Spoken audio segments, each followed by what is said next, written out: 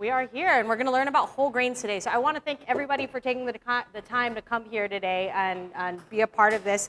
I think it's really important as, culinary enthusiasts, foodies, whatever we want to label ourselves, however, whatever part of industry we participate in, the fact that you're growing your knowledge, I think is just the best thing possible for you to help, not only yourselves in your professional careers, but, to help your families around you. I have the honor of working with the Very Good Food Foundation, which is a place and a group of people that have really helped me professionally to gain knowledge, but to also have the opportunity to share it with other people. I think in this day and age of Facebook and Instagram, it's kind of cut off our ties to seeing each other face to face. But I will say, man, the amount of knowledge we all have access to, and if we can share that face to face, I think that's so exponentially cool that we can do that, because I don't think, when we were kids, that same possibility was available. So please, take in what you can today, share with your friends, and, let's just get conversations started about food. So today's topic is whole wheat. I don't know, is everyone pretty much enrolled here, right, in school? Anyone take a baking course or any type of pastry course yet, or get to that point? All right. But who's made chocolate chip cookies or some type of baked good pancake at home? All right, cool. That's exactly the answer I wanted to hear. So when we bake, when we do all, it's such a primal thing, I feel like, when you smell chocolate chip cookies and when you smell bread in the oven. It's a crazy, I feel like, concept that you just know. Fresh baked goods is just something we all know, whether you're, a baby or, whether you're a learning adult. It's just something you associate with. And I think if we think back, to ancient times, it's one of the most ancient foods. I was discussing with some of your fellow peers in there, bread is one of the most ancient foods, and now as, humans in 2018, I think it's just something that way back when people were making, and all of a sudden it's programmed inside of you that we should eat bread. I mean, I can't even think of another country, any country in the world that doesn't have some form of bread, right? Bread is pretty renowned. So less than 100 years ago, the world was based around your ability to produce grains. We were wheat and grains kind of shaped the last 5,000 years of our own planet and everything on there, as your ability to preserve these things and to use them and to trade with them. Absolutely, yeah. So touching on that, I mean, I'm going to start on this end, and if you could so kindly pass this over to our friends over here. I'm going to start this side. This is just a breakdown here, and we're talking about varietals of wheat and the age of wheat. So, wheat isn't just something I feel like it's an afterthought. I feel like when we go to the store, we're like, oh, I know I need flour for this recipe, and that's kind of it, right? Well, just as, we're talking about different herbs, how many hundreds of thousands of plants are on this earth as herbs, we can think of wheat in the same way. So I want us to come out thinking, that wheat isn't just that one bag of flour we see, on our shelves. So these guys over here, so it's going to pass over here. They're going to talk about the age and some of the different varietals of wheat. And I'll start back here with what we're talking about as wheat and a whole wheat kernel. So I'm going to have everyone come up to this mill right here, right now, when you guys are done checking out the handouts here. If you guys could join me right at this wheat stalk here. We're going to communally gather around a mill, which is probably what they did thousands and thousands of years ago. Maybe if we just keep this front area open, but on both sides, just so you guys can see the mill. So let's see, who has a sheet with a big stone mill on it with all the ages of the wheat? Perfect. Awesome. So if you guys want to pass that around, what we're working with nowadays in this little compact electronic version of it is not too far off from, oddly enough, that big picture right there, right? So a mill, what does a mill consist of? So I'm going to open it up here. Granted, they didn't have electricity back then, but they did have,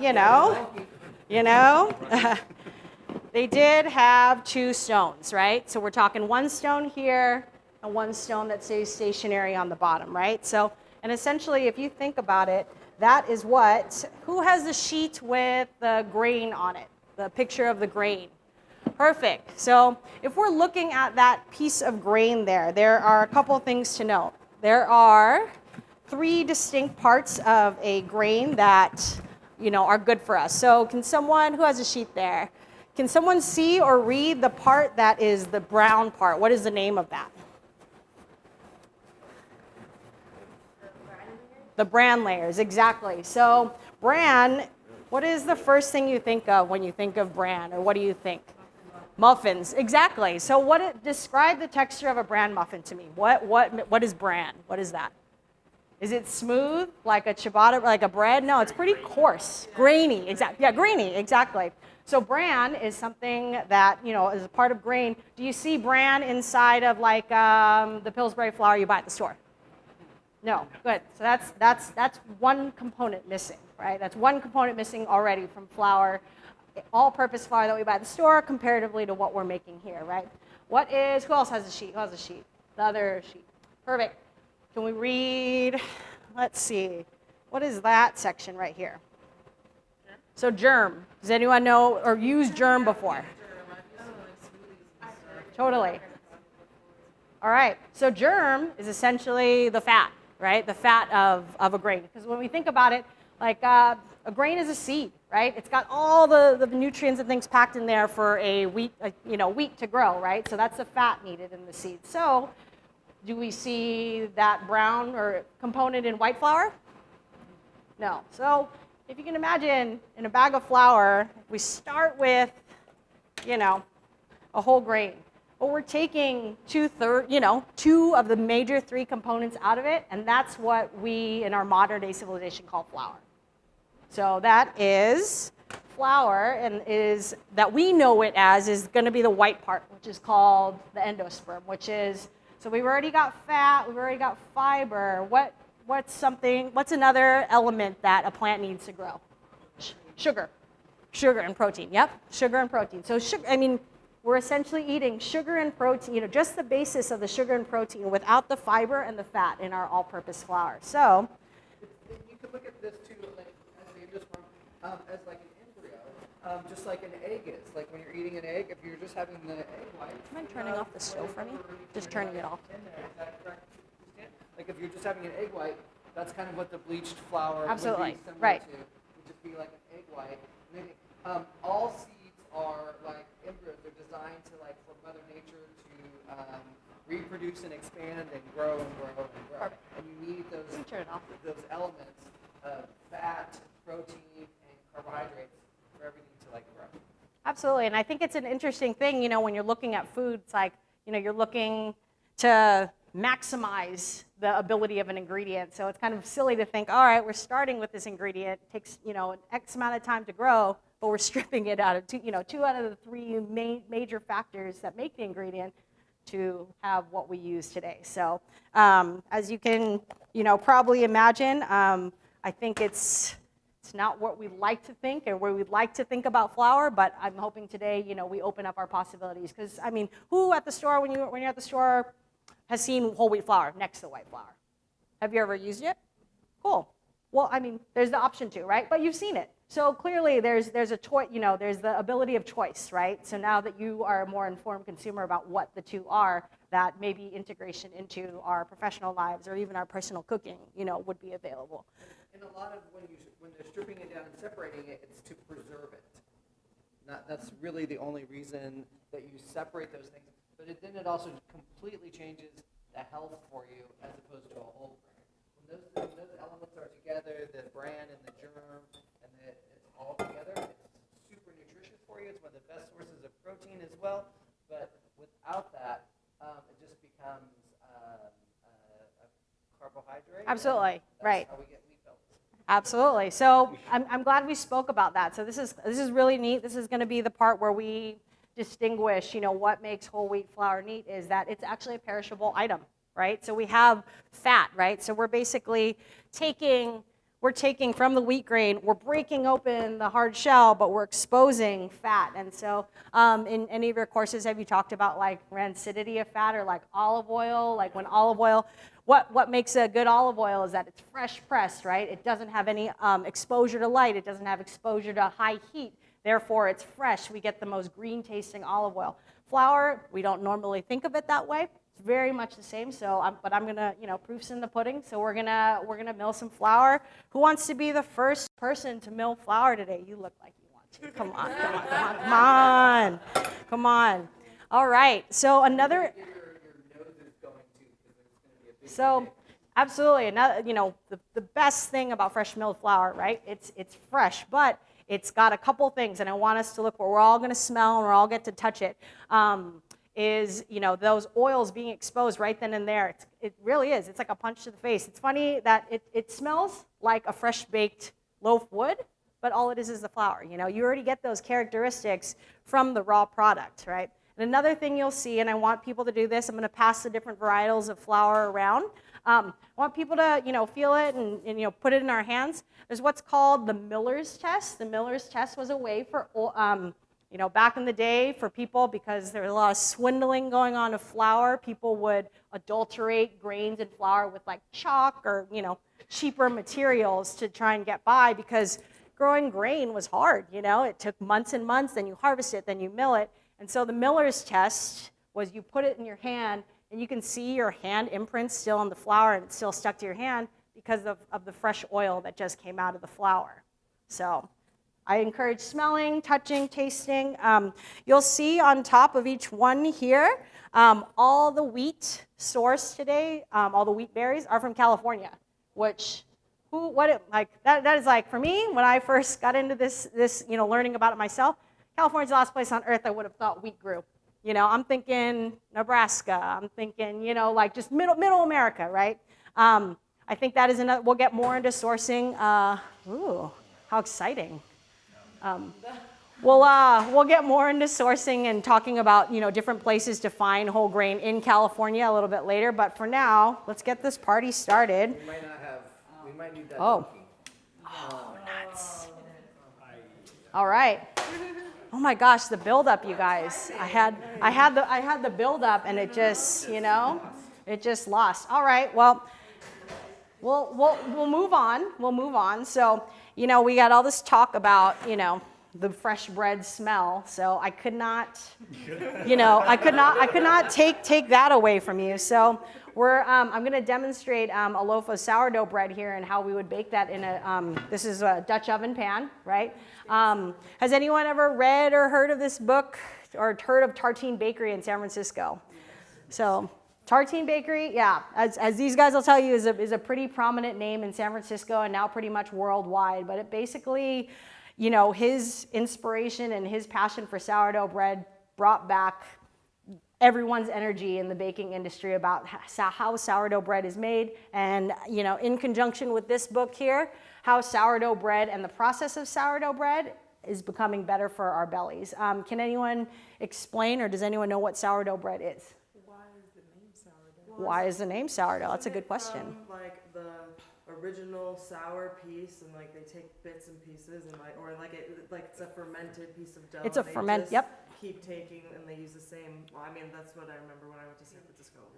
That's exactly it, right? So sourdough bread, there are some people that have a claim to fame that their sourdough is thousands of years old, right? Like passed down from family to family. And really, what it all comes down to is flour and water, right? Mm-hmm. So it's flour, a loaf of bread, it's flour, water, yeast, and some salt. It's 4 things, right? So if you can imagine, back in the day, they had all those 4 things, but did they have like the Fleischmann's yeast situation going on back in the day? No.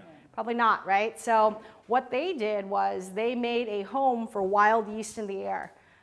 I don't know if anybody's a germaphobe here, but like it or not, there are yeast and there are bacteria everywhere. On our bodies. Everywhere, right? In our stomach. So, what we want to do is, sourdough bacteria is a specific type of lactobacillus or lactobacteria, right? Lactobacteria, the group is associated with a sour flavor, right? So in order to gather these in the air, right, they're not all tangible things. They're not like, hey, I'm bringing my friend, we're sourdough,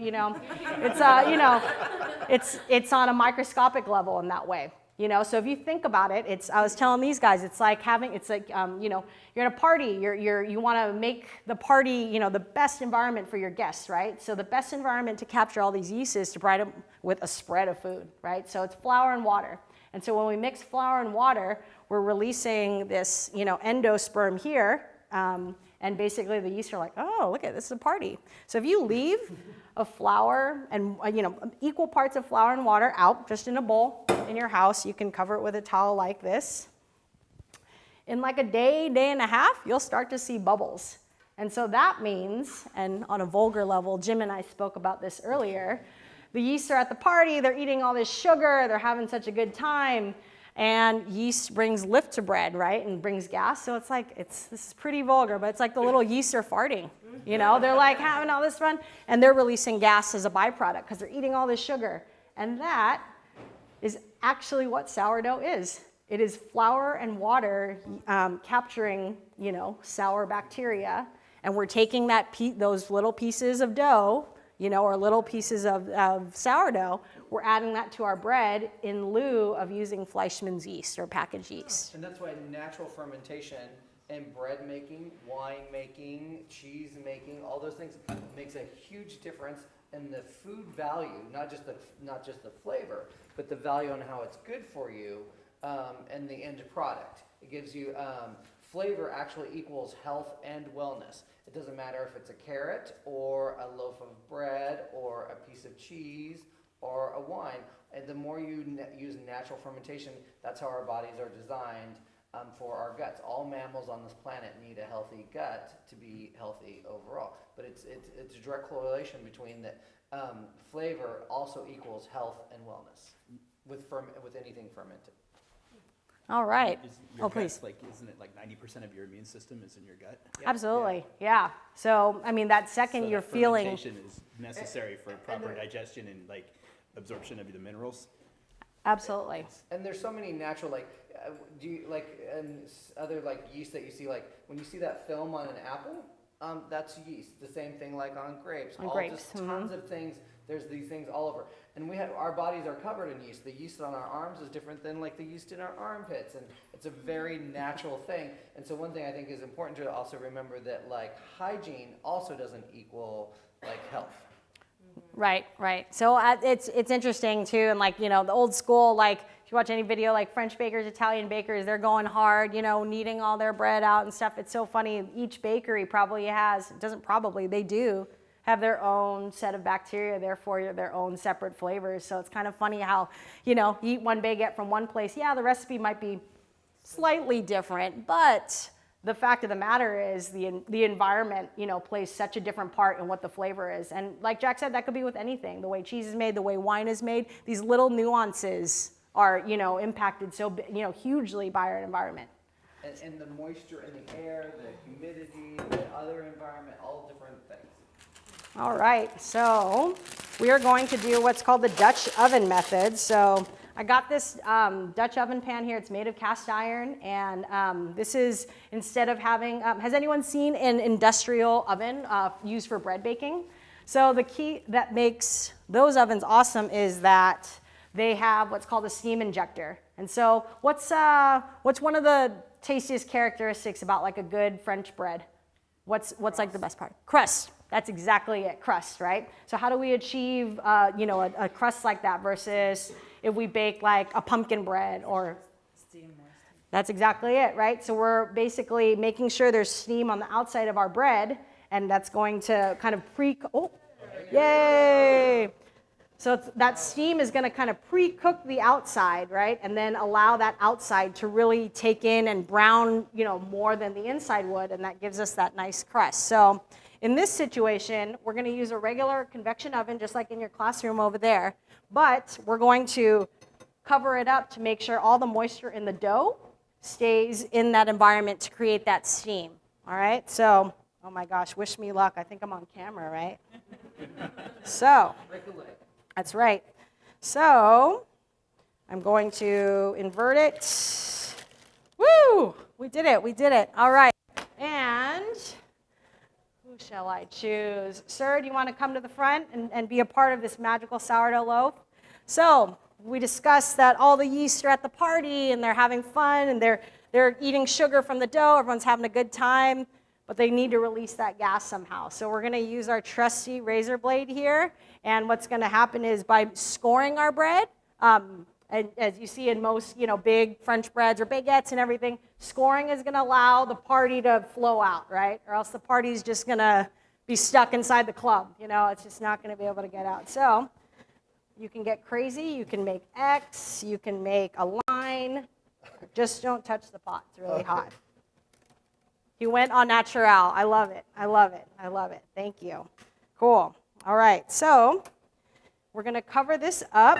I'm going to have our helpers here put this back in the oven. And you know what? When we open it up in here, that smell that we're all talking about, I know we all know what it is in our hearts.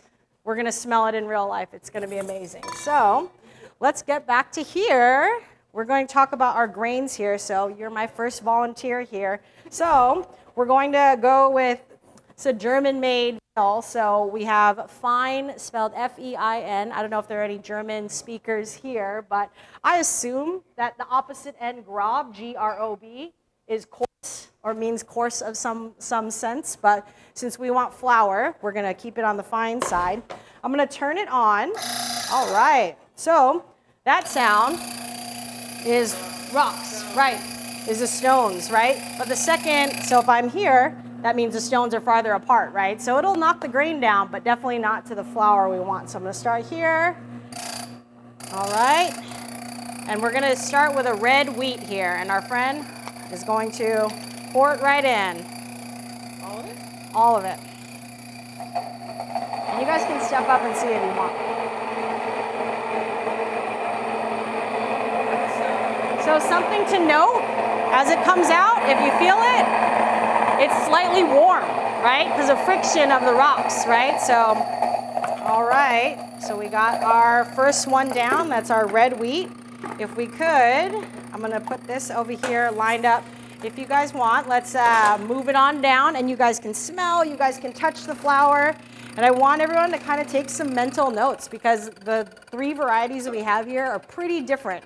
Visually, they're different, but I want you guys to smell, touch, and taste. So you're next. Touch or taste it? You can taste it if you want, yeah. I tend to notice that fresh, flavor. I mean, it's not going to taste like, your fresh baked loaf of bread, but it's certainly... It definitely doesn't taste like hard, the flour that we have. We'll put it this way. I would never put my bag inside or my hand inside Pillsbury to try it, right? Like that wouldn't do anybody any good, right? So, all right. So this next one is a durum wheat. Durum is pretty prominent in Italian cooking for pasta flour. Okay. So, all right. Fire away. Our next flour grinder. It's really warm. And it's warm, right? Exactly. So I'm going to shout over this thing. Warm is great. Hot is probably not good. Why wouldn't hot be good? Because it cooks it. Exactly.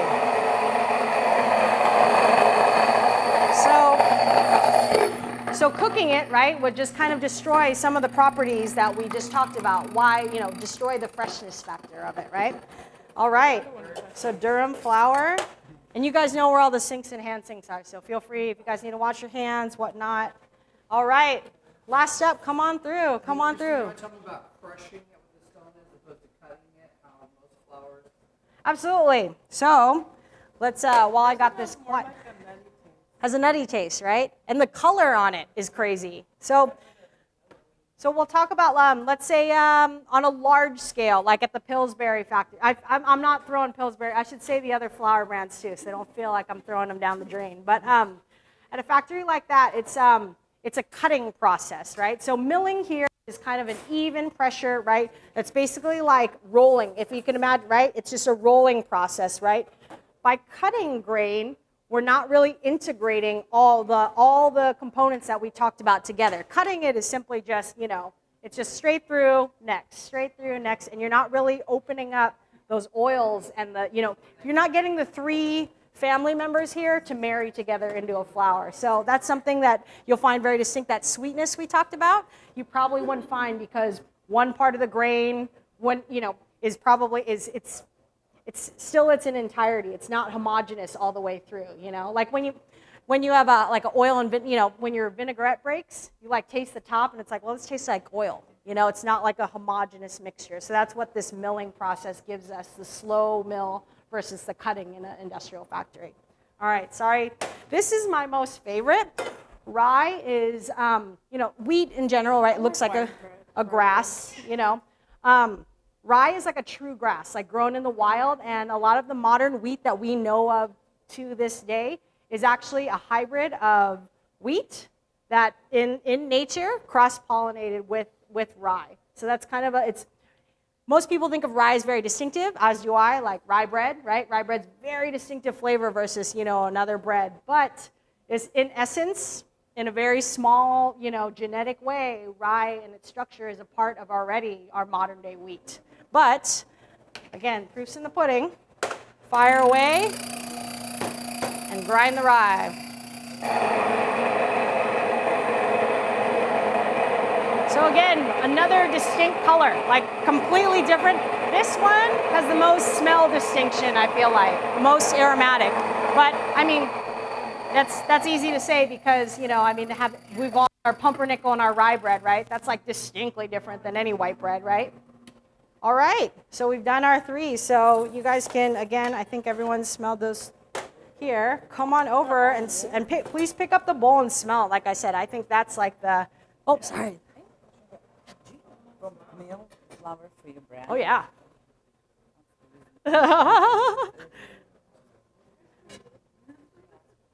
So what do... Because I cannot eat bread every time I at the party meet. Yeah. Oh, bread, yeah. I just grab it, and first of all, it's so delicious. You're so sweet. Second one, it does not make me sick. Yes. Absolutely. Yes. It does not make me sick because you do an awesome job. Thank you. And I can taste, and I'm from Europe. I grew up. Oh, I love it. And Yeah. the taste. Absolutely. Yeah. Right. All right, so if we're all done with the flour, we can just take a seat real quick. Yevgenia?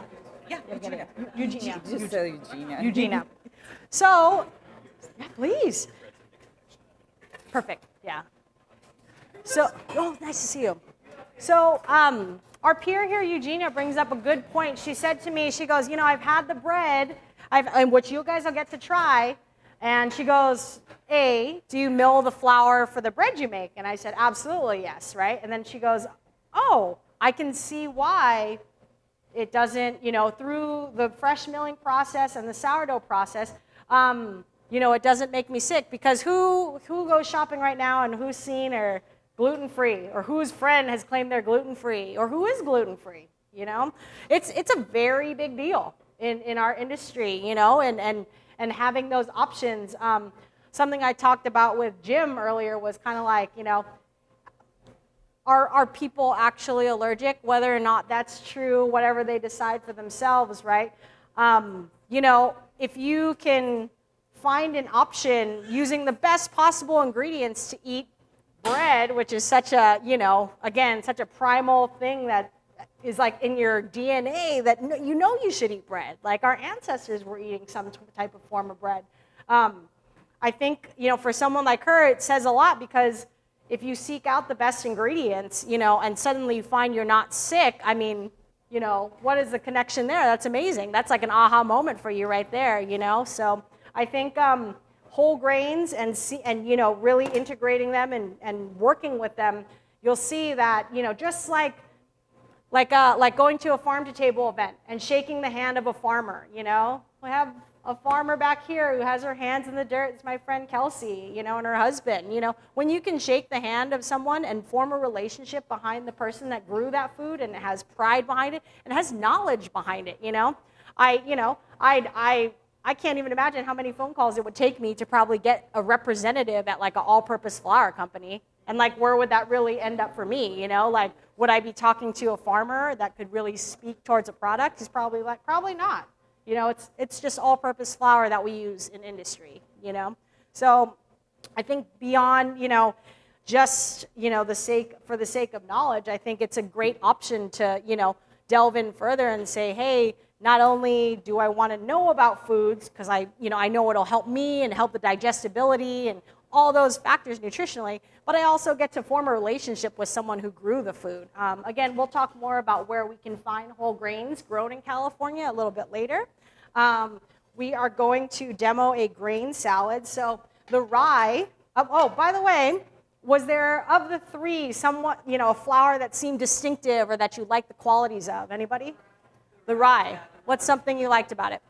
I just like the, I don't know, honestly, just the taste of it just tasted a little bit better than the other two. I can't really pinpoint why. Uh-huh. But it was distinctly better, yeah? How did you feel? It's my favorite, so I like it, but it's unique, it's not common. Uh-huh. Absolutely. Cool. Has anybody ever, personally, I don't think I've ever had rye flour before I started running a class like this. It's very difficult to find, or if you do, it's like in a small specialty section. But I want to just show you guys here. So we ground the wheat berries. So another good way to integrate whole grains is to actually cook them whole. So we cook this very similar to just like you would pasta, right? Get a rolling pot of water with salt, right? And then cook till tender. So this is the rye berry here. I'll pass this around here. So it's kept in its whole form again, right? So we still have our bran, we still have our endosperm, we still have our germ. All we did was cook it down, right? So this is an excellent substitute for exactly. So yeah, you can make a pilaf. This will be a cold version, but you can certainly make, a side, if you don't want to use pasta that day, you can totally sub in a whole grain. That's an excellent choice. We have a fall version of a salad right now, of a rye berry salad. Anybody shop the farmers markets? Yeah. What is an awesome fall item that you think might be in this salad today? Don't cheat. I'm just kidding. So we have apples. That's a good one. Another fall fun item that might be at the farmer's market. Yeah. End of season peaches, which I was this close to bringing peaches. You read my mind, but I did not. But another that's everywhere that everybody's going to carve up. Pumpkin. So we got a Japanese pumpkin here. It's called kabocha. Has anyone worked with kabocha squash? Yep, I love it. And how about these guys? Anyone tried these before? Pomegranates and very good. Yep. So these are kind of my representation of what's going on in fall right now. So we're going to dump them all into our grain salad, and we have an awesome sage vinaigrette to top it off. May I grab you, Eugenia? Can I grab you to be my salad mixer? You're awesome. This is the best coming to a culinary school. Everybody knows how to cook. Everybody is ready to go. I love it. All right, cool. Throw it all together. Yep. I have gloves right here if you need. Or we can put it on. Yeah, perfect. That's great. No problem. All right. So we got our green salad going here. Are there any questions so far about anything? All right.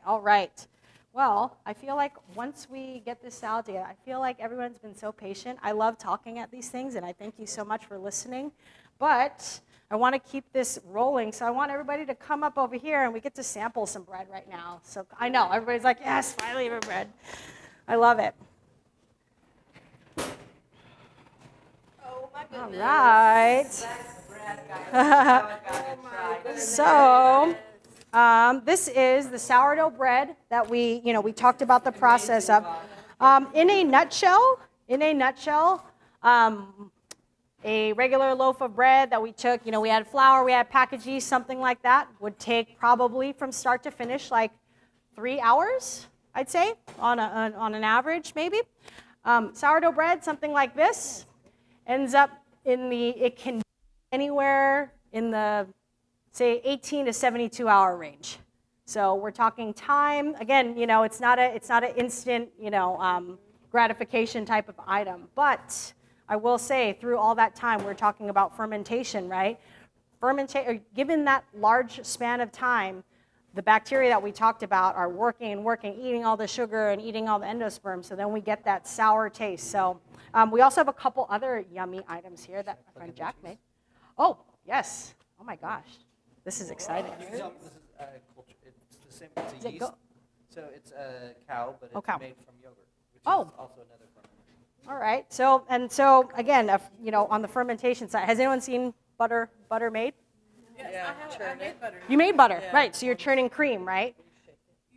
You shake it.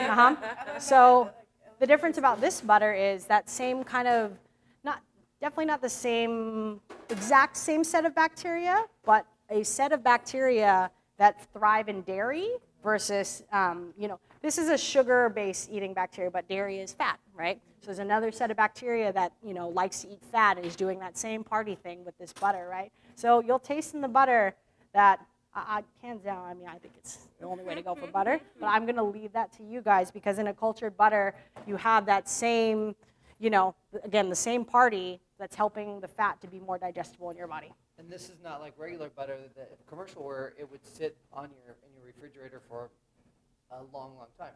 This is only good for about 2 or 3 weeks because it's like a non-processed yogurt or anything else. It's a living, breathing thing in there right now, just like the bread is. So you can smell this and you'll taste that little bit of sour on there, that twang, that acid on the front, like you would get from the yogurts because it's the same bacteria. And the other is an olive tapenade, right? Perfect. All right, you guys. Have you had an olive tapenade before? First time for everything. First time for everything. All right. Please help yourselves. Take a seat. Discuss. This will heat up and we'll also have our raclette. So I'm gonna go get it. Oh, okay. I have these spoons. Is that okay? Okay. Perfect. Yeah. Perfect. You want me to put it right there? Or? Once they're done with the bread, we can move it over. Yeah. Perfect. Thank you so much. You're welcome. I need to get Yeah, please. almost done. Okay. Thank you so much.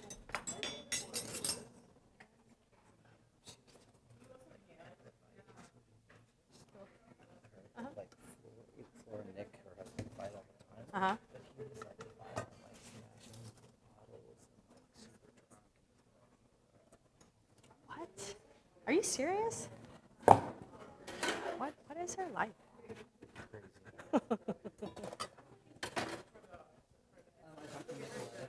Oh yeah, how's she doing? Good, 6 months Super pregnant. She said to say hi and give you a hug. Oh my God, she's so nice. Okay, if you guys want to bring some bread over here to you and get some cheese in the section, it'll be ready. Has anyone ever had raclette? Oh my gosh.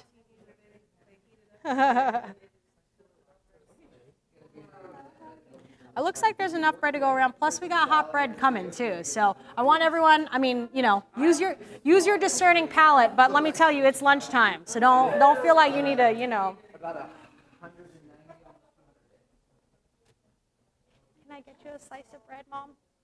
Yeah. You sure? Okay. You're welcome.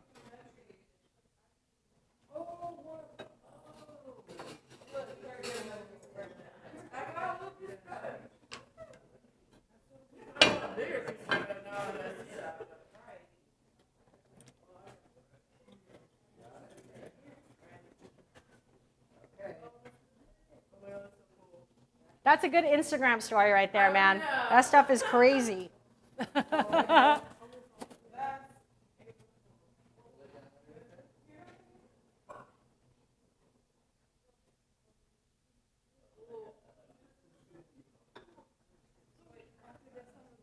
It's the neatest. I'm going to take a picture of doing the slide. Oh, look at that's the best. The little knife. I love it. Raclette is from It's a Swiss. Swiss. It's the French side of the Swiss. Ah. The Germans like to try to steal it, but there was a woman at the dinner on Sunday, and her name was Coquette from Switzerland. Really? And she goes, I want to talk to you about the raclette. My name is Coquette from Switzerland. I was like, yes. What would you like to talk about? She goes, this is such a typical German type thing. She goes, it's not bad. Which actually means very good. Very good. Yeah. Exactly. Yeah, it was just so funny when she said, my gosh. it's not bad. That's so funny.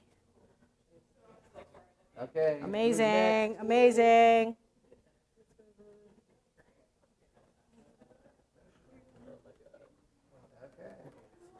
There you go. Next. Is there anything better than melted cheese on bread? I don't think so. I don't know. It's tough. It's tough.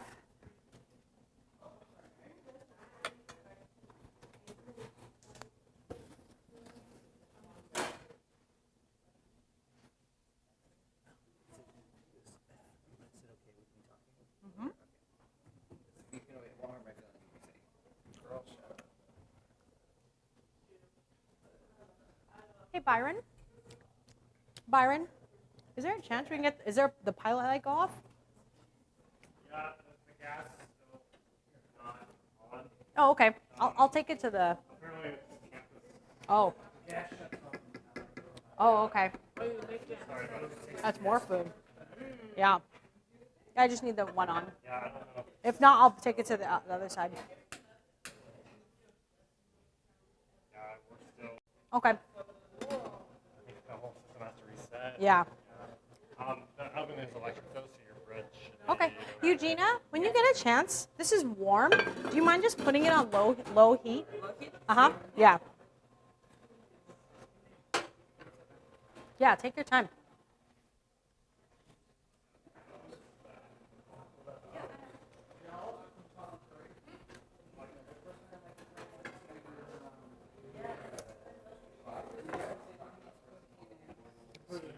All right. And when everybody finds room on their plate, feel free to help yourself to some of the rye berry salad up here, okay? Yeah. Or get another plate. That's what I'm talking about. That's right. Oh, yeah. Low, let's maybe do, I just want to heat up like maybe like 5-10 minutes. Yeah.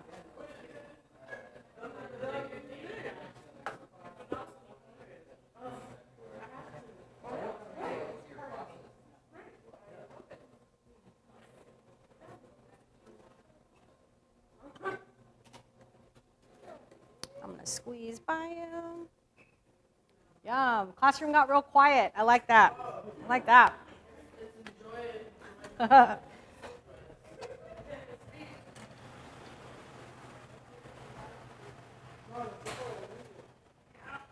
I know those ovens. Oh, can I get on the stovetop? Is that okay? Oh, it's not. Cleaning it? Oh, don't worry. Oh, no. Let's do low, huh? Yeah, 300. Yeah. Maybe heat it up a bit, and then we'll maybe let's do, what do you think? Yeah, that's good. That's great. And then I'll have you come back, if you wouldn't mind, and we'll stir these two in once it gets hot. Okay. Perfect. I'll give. Yeah. Yeah, 20. I'll do 20. Thank you so much. Thank you. Thank you, Dutch ovens. Dutch ovens just save the day. Yeah. That's I am in love with your bread. Oh, thank I you. started eating bread. Oh my gosh. Yeah. Oh, it's different. It's just, yeah. Oh, I hate to hear that. I want, and even if I bake it myself, Uh-huh. I just flour whole wheat. Right. Yeah. You can, Taste is wrong. The texture is wrong. we need to talk. We'll do it. We'll do it. I also want to mention too, our kind peers also made a polenta cake in the back, made of whole ground corn. So please help yourselves to that too, because there's not enough food here today, right? No, walnut too. Yum. Perishable, like you did have to make bread.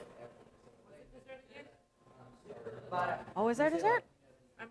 Bread and butter. Oh no, that's a savory thing. It's a polenta cake. So whole ground corn, cooked down and then formed into a little cake. I think they fried it in beef fat. Yeah.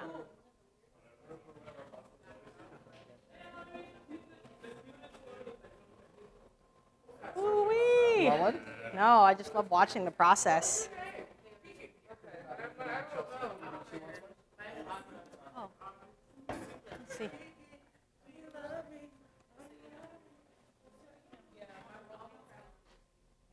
Hey, Kelsey, do you want some raclette? Juice? Yeah. Fire it up, Jack.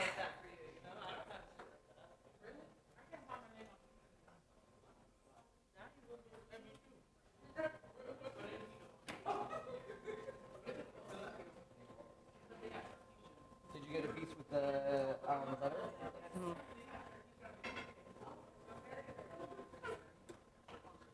It is so neat. Oh my goodness. Woo!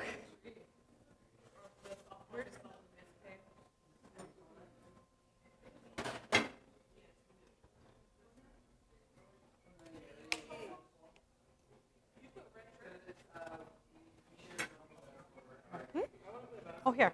Oh, yeah. Perfect. Thank you so much. Thank you.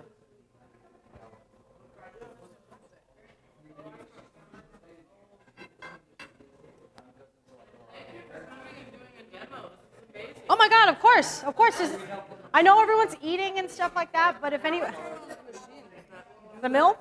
So They're probably pricey, I'm sure. there's a lot of different options. That one is, imported. It's German. It's like the real deal. That model is like is $700. But no. I mean, but that's not that. No. But Think like, about what you're and gonna but it's be- fast though. You saw the top. Yeah. Like we only put a little half cup in. Like, I mean, if you fill that thing, it's like a scant 5-pound bag of flour. 5-pound bag of flour is what you buy at the store. So I mean, you know what I mean. In one run, you can get a 5-pound bag of flour, which, So in is it theory, cheaper to buy? so you can get a smaller one. The smallest ones I've seen, which maybe probably 30% smaller. 30% smaller. It's like 280, I would 300 buy bucks. that. There's also another. So that one is more expensive because it's wood.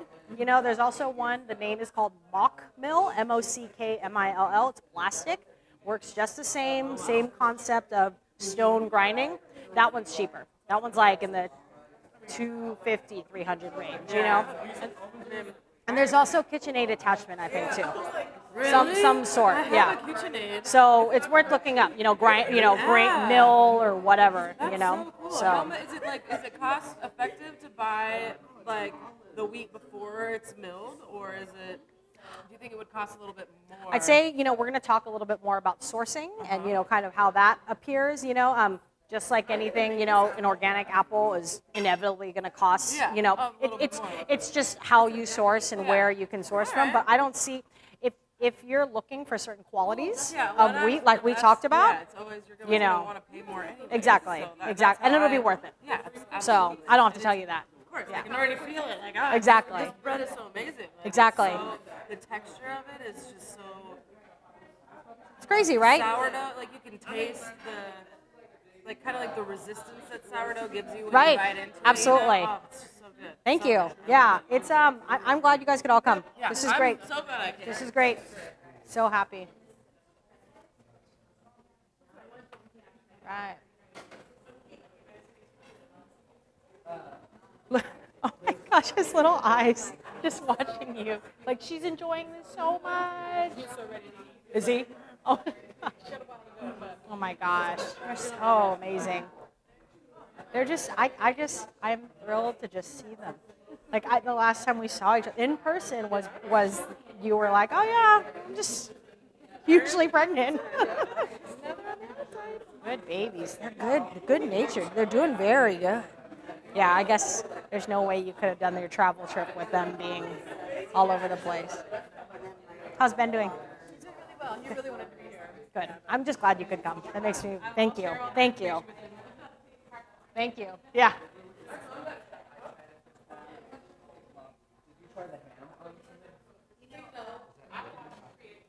Oh, give me a hug. Mike, we're on Mesa. How's our bread doing? Almost, huh? Oh no. Almost, right? Yes, no, I think almost, right? yes. Yeah. Yeah. Take your time. No. I'm glad I got you. I trust you. No, I'm so happy. Where's, is it Chelsea? Oh, Kelsey? Kelsey, Uh-huh. where is she from? She, her and her husband run, oh my God, why can't I say the name? I have to ask her again. They run a farm. It's behind a Camp Koa in National City. It's, I have to ask her. No, I have to tell her. Kelsey, yes, oh my God. I blanked on your farm. I was like, he's like, where is she from? I've seen her before. I was like, yes, exactly.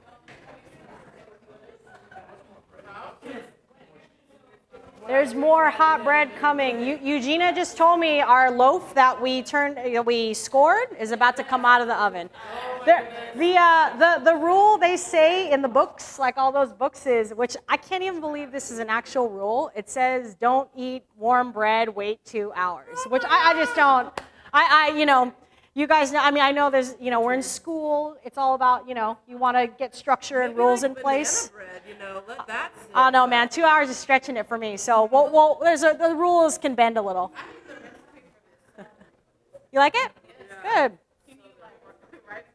Sure. I think yeah. No, I have cards and we can email. We can keep in touch. You can absolutely ask me any questions. I'm more than happy. Persimmons. Yeah. Mm-hmm. Do you have? So there's two kinds. I don't know if you know. There's one that's like round and flat. It's kind of an apple in texture. Then there's the kind that's more bell shaped, and that's the kind you gotta wait. It's called hachia, so it's a Japanese variety, and you gotta wait. You gotta wait for it to like get to where it's like, oh God, I should throw this away, like to that point. And it's like a jelly, like a jam. Yeah. They have persimmon trees, they have lemon trees, they have bamboo trees, lime trees, but I will say in San Diego, we're so lucky that everything just grows. Yeah. Everything just grows. like, if It's you awesome. can't make it grow, put some soil down, and the right soil, all you need is Exactly. the sunshine Exactly. is there. You can tell your you can tell your friend you're welcome to eat. He's welcome to eat.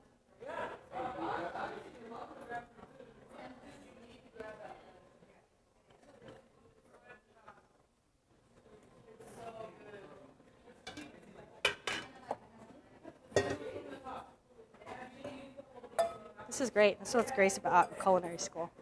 All bowls, everyone's captivated. It's nice. There's bread in the oven too? Or? Yeah.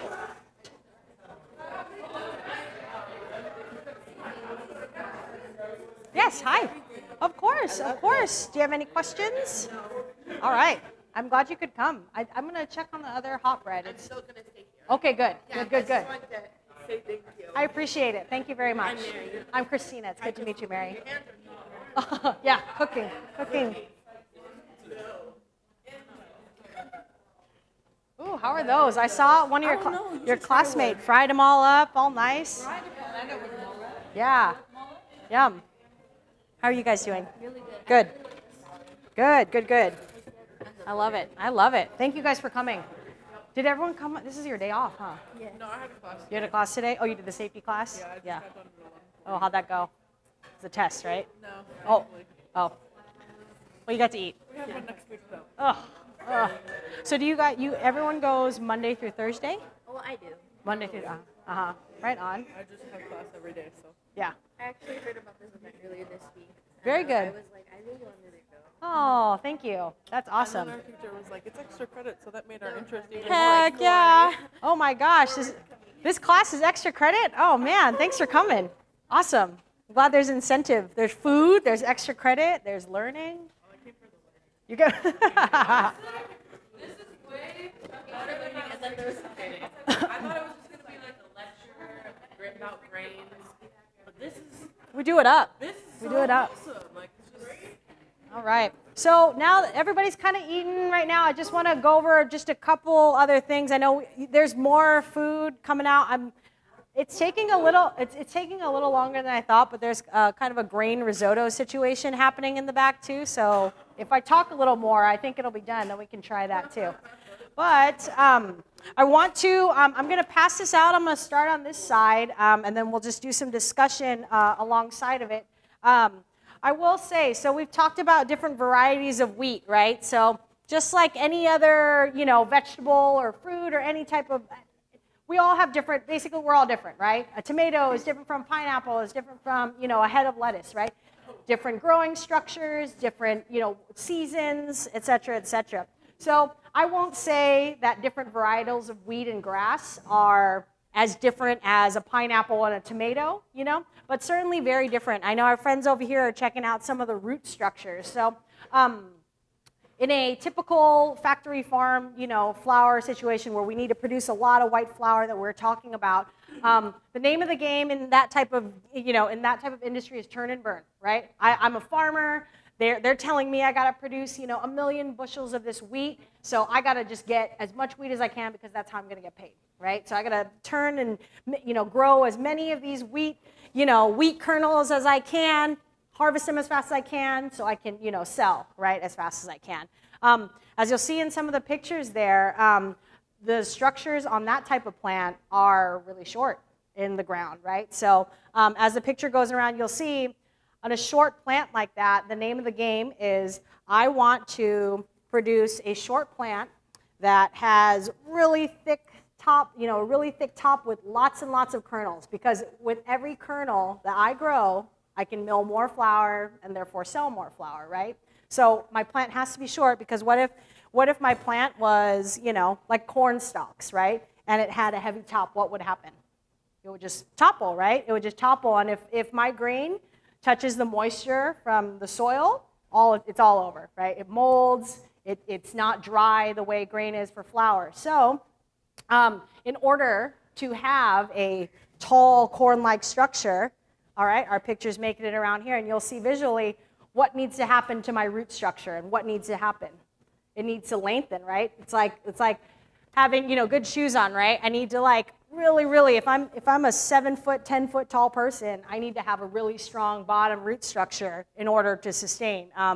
Were you guys surprised at what you guys saw at some of the root structures? You would never think that, Right, so the root structures that are the longest are in what's called, does anyone know annual and perennial plants? Do we know what that means? Right? So an annual plant is something that I grow it and then it dies, right? So I pick whatever fruit I need from it and then it just dies. Then come next season, I plant a new plant and then we repeat the cycle, right? Perennial is a plant that just sticks around, right? It keeps producing, it's a relationship. As long as it keeps, as long as I take care of it, it's gonna keep producing what I want it to produce, So the longer root structures that you see in the diagram there are those of perennials. And so if you can imagine, we go back to what we were talking about back in the day, right? In the times of, has anyone ever heard of the Middle East or that Egypt area referred to as the Fertile Crescent? So the Fertile Crescent is called the Fertile Crescent because that's where wheat, that's what made it. That's what made civilization, like Jack was talking about earlier, It all started there because the grounds were good. We had good strong wheat strains with long roots that could take in the water, produced a lot of wheat, and it fed our whole civilization back then. And so that has since then branched out. But, I'd say on the majority of the scale of flour making in the United States, I can't imagine a lot of it is that ancient way anymore, right? We see a lot more white flour than we do some of the fresh milled wheat flour we're talking about today. So I think it's really interesting though when you see something like that and to think as we move on, in agriculture, plants with those long roots that are going to stay and we take care of them, they take care of us. That's the kind of stuff that's going to keep our soil and our farmers happy and everything together. The long roots also have another purpose. They keep what's called soil erosion from happening. So if you can see that short section there, that short section is everything's happening at the top, right? And once I'm done with the wheat, I'm just pulling it out and everything is happening on the very top level, of soil. But if we're talking, on a microscopic level at the bottom and all the way down, where those roots are hitting, that's keeping all the ground, healthy for us and healthier for people, for our families ahead of us. I think that's something as, again, cooks and people that are sharing with other people, it's our job almost. I almost feel like it's our job to share it and say, hey, you know what, I experienced this and I want to, our future to be able to experience this. How can we make that happen? And we make that happen by supporting those we know who are practicing in the right ways. I just saw a pot roll in. Oh, that's our risotto. But I know. So we did, who's made risotto before? Raise their hand. What do you make risotto with? What's the base? Rice, right? Rice? So it's a particular type of rice called arborio, so it's Italian, right? Italian in derivation. Has anyone made risotto with another grain? All right, cool. So this is my experiment, so hopefully it works out. You guys are all my guinea pigs. But anyway, we did whole wheat berries, but it's just a play on what's called, has anyone made farro before? Farro, the whole grain, yeah, so it's a wheat, that's another wheat variety, Italian in derivation. So you can make, instead of risotto, because riz is rice, so farotto. So that's kind of what we did, so farro risotto. Let's check it out here. Does anybody have any questions as we're rolling along? You guys are so good. Thank you for being such a receptive audience. I love it. Ooh, thank you. Almost done. We're gonna mix in the good stuff and then we'll do that. In the meantime, we have our root structure one passed around. So in in being green in 2018, I decided I was going to do all these handouts, and I was like, oh, everybody has a camera phone, so it's fine. So we talked about a couple places where we would be able to find whole grains. I'm going to pass this around. Feel free again to take a picture of it with your phone. The books are up here, but the place that I first found out about the root structure of wheat, and it's a story I'm going to share with you. I'll keep it short because I know there's more eating to be had. But the book itself is called Third Plate by Dan Barber. Has anyone heard of Dan Barber? Kelsey has. Awesome. Dan Barber is, who's heard of the farm-to-table movement or farm-to-table in general, right? So we have a pretty good idea, concept about that. So Dan Barber is kind of someone who took that term. Oh, it's not ready? Oh, that's okay. All right, so we'll check it out here. This is our bread before we took the top off. We're just going to get it to brown now. So as you can see, it rose with our beautiful slash from our friend here. And so now we're just going to get a little bit of brown on it. The moisture that the top held in, right, has helped it to rise. And now we just need that really distinctive brown crust. So as long as it's on like, you can put the fan on high. Oh, perfect. I wonder if it turned off, huh? Yeah, 475, and then we'll go another like 15. That sounds good. But the slash is perfect. So Dan Barber has a restaurant and a kind of an entity. He's it's very, I walked in here for the first time today. I saw you guys have a farm up here or a garden, raised garden box situation, and that's great. Dan Barber is at his restaurant has epitomized that, is taking, having a farm, taking ownership of a farm, communicating with the farmer, and then utilizing the very best product of what the farm is producing and putting it into his menu at his restaurant. He's most notable for one day, farm to table, I will say, is such a loose term, like everyone would like to think. It's like everyone would like to think we're all following the rules, right? We brush our teeth, we go to bed on time, we do all our laundry, everything's folded, everything's in its nice little package, And it's the same thing, farm to table, we could say, hey, we know our farmer, we used a few things from here, we used a few things from there, but at the end of the day, we're a business, Sometimes, at the end of the day, I'm trying to make enough money to pay my staff and do this, and corners are cut, let's be honest. Corners get cut, and maybe you're not truly sourcing everything farm to table. Well, I think Dan Barber took that to heart one day, and he noticed in his walk-in fridge that they had mountains of asparagus. You couldn't even, how did the sous chef even think that he needed to order more asparagus, because it was just packed. So he put together, I want to say it's like an 8 or 10 course tasting menu, only asparagus. That's it. Every single thing asparagus. And it went off like wildfire because of the way his team put it together and what they processed. And it truly is, because, at the end of the day, a farmer could tell you that, we like to think that we have all this diversity, that 12, 15, 50 different items can come from one farm and sustain, but maybe gophers got to something. Maybe it didn't rain enough. Maybe, so many factors as a farmer to come in. But if you know that one day maybe it worked in the other way, you have 1,000 bushels of tomatoes, or in this case, a whole walk-in full of asparagus, right? So at the end of the day, he used what he had, and he used what was best of the season at the time, and it turned out it paved the way for his restaurant. And so now, if you look up Blue Hill Farm, is the farm in New York. It's upstate New York. They're doing crazy things up there. They have an egg program with their chickens where they fed the chickens only red peppers. And you can imagine the color of the yolks. They all were red, every single one of them. And isn't that crazy? They probably did, Or things like, there's a squash out now. It's on the West Coast. There's a purveyor growing it here up northeast of LA. It's called a honey nut squash, but basically it is, yes. I believe it.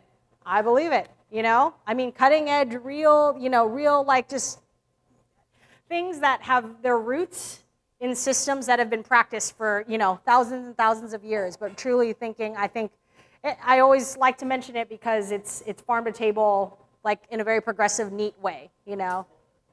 The corn that he uses, which has an Italian name, but originally, corn, you guys know that corn is like indigenous to the Americas and not to Europe. So like polenta, that's a very Italian thing. When Christopher Columbus came here, they took that back. Ooh, looking good. And so you could say, do you remember the name of the corn? It's an oca something because it's 8 rows. 8 row. Yeah. So it's 8 row, I forget the Italian name. I'm gonna It's taste it. something with grains, like See how the grain is. but traditionally, like, corn had like 6 to 10 rows. Almost. Those these are on corn that you buy in the commercial now. Maybe add a little more cream, and then heat it up a little more. Thank you. What corn would you put in dry that we make the polenta out of? And then maybe 2 handfuls of spinach. Oh, okay. You're right. We'll let that go. No, I'm They're non-GMO, back into the American glad you're here. chefs an idea for creating food based upon what farmers are growing, not like inspired by the internet or Instagram or things like that, but regionally what's happening. What's your, are you guys familiar with the term like terroir? Which is basically your soil, the environment, and also like in Europe, they use it a lot in like winemaking, but it's also the socio-economic of the area too, like what makes the most amount of sense for area to grow from. All right. So, does anybody have any other questions other than what should we eat next? Does anyone feel like, raise your hand if you feel like you can think of a way to integrate whole grain into your cooking arsenal right now? Like right now, whether it's home or school or whatever. Is it more approachable than you thought it was? Is flour, milling flour, like, isn't it crazy, right? I think it's, once you see and smell, man, it's, you know, I think, especially at your school, it could probably be a good resource. But man, it's a weird thing to know that flour at the base of it all is in so many recipes. And to think like how many students attend here, how many students cook, and how many people in the industry, in hospitality are using flour. And they probably have, you know, you guys are like, everyone in here is like light years ahead of them. Just, you know, just by going back to your roots, right? Going back to like the very basics. So I think it's really, again, you know, getting back to what we spoke about in the beginning, you know, I despise Facebook and Instagram sometimes, but once things are shared in that way, you know, in our fast-paced society, and you share what you did today, or you share the knowledge, and it's that easy. It's, you guys just showed up, and now you guys have this like piece of knowledge that is like, I think it's amazing. So I hope you guys really, you know, I hope you enjoyed. I know it seemed everyone enjoyed the food, so I really appreciate you guys taking the time. I'm gonna leave my email here if anybody has questions or, you know, needs more resources than the few that I left with you. So I'm just gonna finish up this risotto here. If you guys wait like maybe like 8 minutes, feel free to peruse the books and things, ask questions. Yeah. Oh.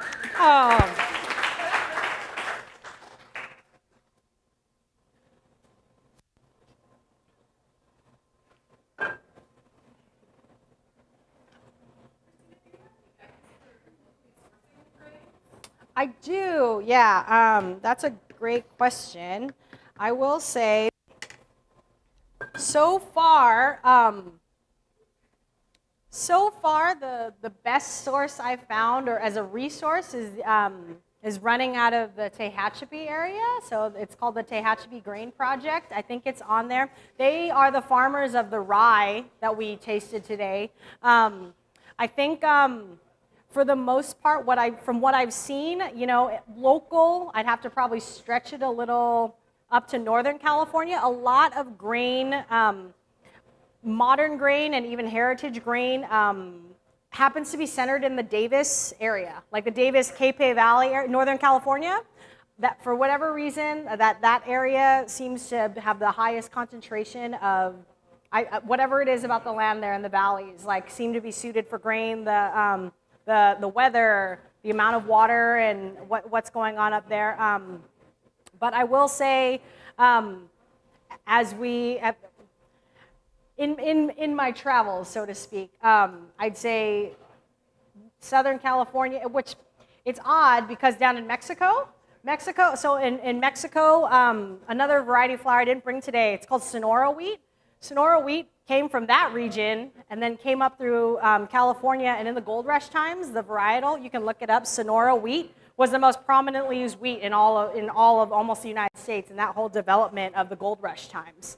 But for whatever reason, the San Diego area, we can do the tomatoes, the melons, the greens, you know. I have yet to find someone with grain, but I have a water.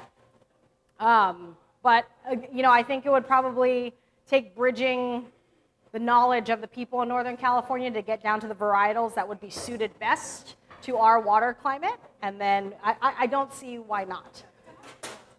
Yeah, I mean, what's that, 320? 290. Yeah, I was gonna say 3. Woo. Getting creamy. It's about the same distance. Try it again. In Arizona is I think the gas turned off in that oven, huh? Hayden Farms. It's Hayden about Farm, the same- Arizona. It's about the same distance as like the hash cane. Oh, good. Thank you. They grow a lot of really good. They have purple rye. Whatever Hayden has, I know they have. I get the purple rye. What else do they? They have the Sonora wheat there. That's in Arizona. Mm-hmm. It's almost 300 miles to where you can get. I like it. Looks good. I think the salt level's good. I think we're ready. Yeah, do it.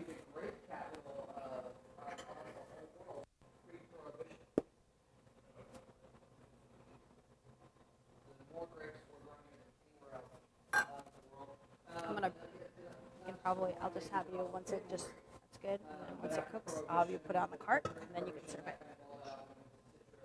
If you can believe, like Riverside was the citrus capital of the world, and yet it was an international destination. Downtown Riverside. The avocado citrus is still a big deal, but people would travel from all over the world to go to, and that's how the Mission Inn was built there. And that's why it was built in Riverside. Is like this kind of luxury international destination. People would come there, particularly during like the fall when the weather was the best, and all the orange blossoms. That was supposed to be like people thought it had medicinal qualities, but it's just kind of like you drive downtown Riverside today. What do you think to serve it best, a ladle? Travel, 3 weeks to Or, get here. I'll let you choose. So I have it right here for you. Tour it. It's kind of like a mini First Castle almost on there. The San Diego for citrus and avocado citrus particularly, there's an area Awesome. in North County called Palma Valley. And Oh, they could just area is sprinkle on like top. the Napa Valley for citrus. Particularly like in the Asian markets and in Japan, like a grapefruit Awesome. from Thank there you. will sell for like $12. Just because it has the certain quality, and you know, as they just like the wheat has a certain quality, citrus will have that same quality. It's a big deal. California is about the largest agricultural growing in the whole world. We're the number one rice grower in the world. We're the number one almond grower in the world.